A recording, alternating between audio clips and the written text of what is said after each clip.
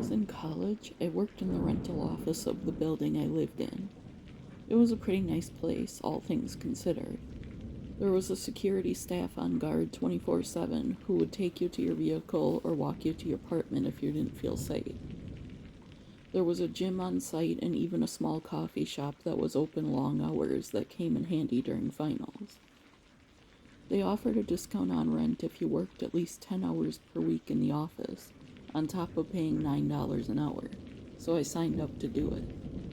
My parents always instilled a strong work ethic in me, and they always warned me about how important it was to utilize the least amount of loan money as possible. So I usually signed up to work 25 to 30 hours a week, depending on my class schedule and workload. But this isn't a story about saving money and working hard.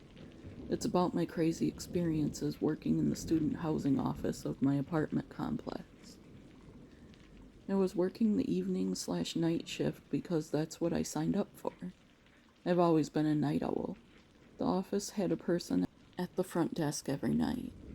It was my first night without shadowing someone, and I was happy to be on my own. Almost immediately, I had a student come in who had left her key in her apartment, so she needed to be let in.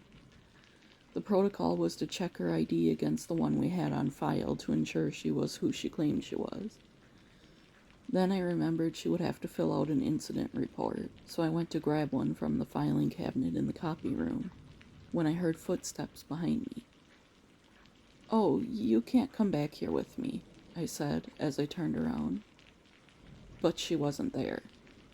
That's odd, I thought. Once she was done filling out the form, I radioed security to come escort her up and let her in. It was protocol that the front desk person never leaves the area. A short while later, I heard a door slam in the distance. It sounded like a maintenance closet, so I quickly headed down to make sure everything was okay. The janitor didn't come in until midnight or later. This was sometime shortly after 9. The door was closed, but I heard bags rustling or something behind it. Knocking a few times, I didn't know what to do when no one answered the door.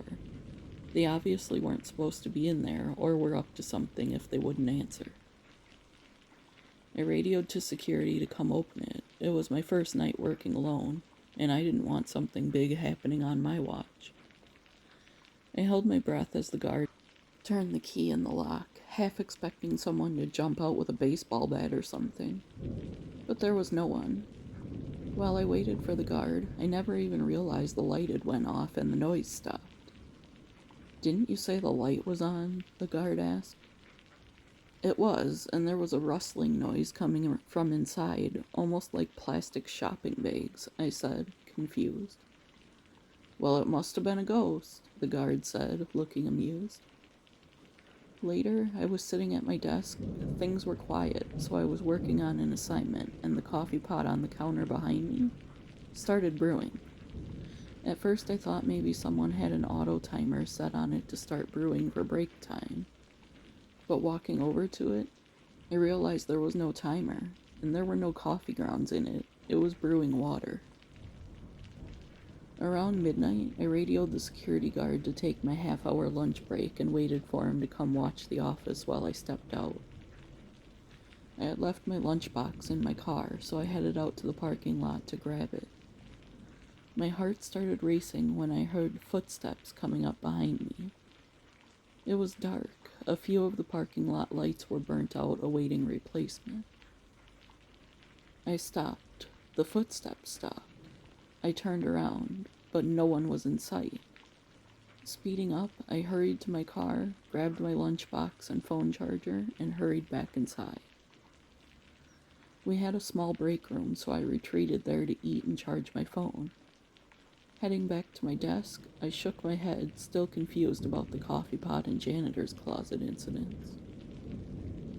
It was nearing the end of my shift. It was 2 a.m., and I was going through the end of the night checklist when I heard a scream down the hallway. The hair on the back of my neck stood up, and I instantly radioed security to see if he had heard and what we should do. "Heard it. I'm on it," he said. "Okay, let me know if I can help." A few minutes passed with no updates, so I headed down the hallway. The guard came running full speed and almost ran straight into me. "Whoa, what's going on? Should I call 911?" I asked. He couldn't even speak. He just stood there for what felt like 10 minutes before finally saying, "Don't call the police. I think I just literally saw a ghost." "What do you mean?"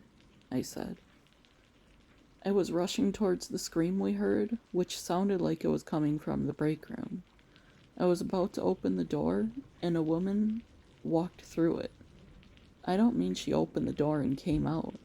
I mean she walked through the door, he said, going even more pale than he was when he came running out. I told him about my experience throughout the night. The coffee pot brewing water randomly, footsteps when I was walking to my car, and reminded him about the janitor's closet incident at the start of my shift. I worked in the office through my entire 12-month lease and had paranormal experiences often. And the guard constantly brought up that first night. He told anyone who would listen about the woman who walked through the door. Okay, but it was a little funny that the security guard mocked you, saying you might have heard a ghost. Then he sees a ghost? Maybe I'm mean. Thank you for sharing your story. If you have a paranormal story to share in an upcoming video, email it to the address in the description below. Please like the video and subscribe if you haven't, and thanks for being here. And with that, I'll see you tomorrow, friends.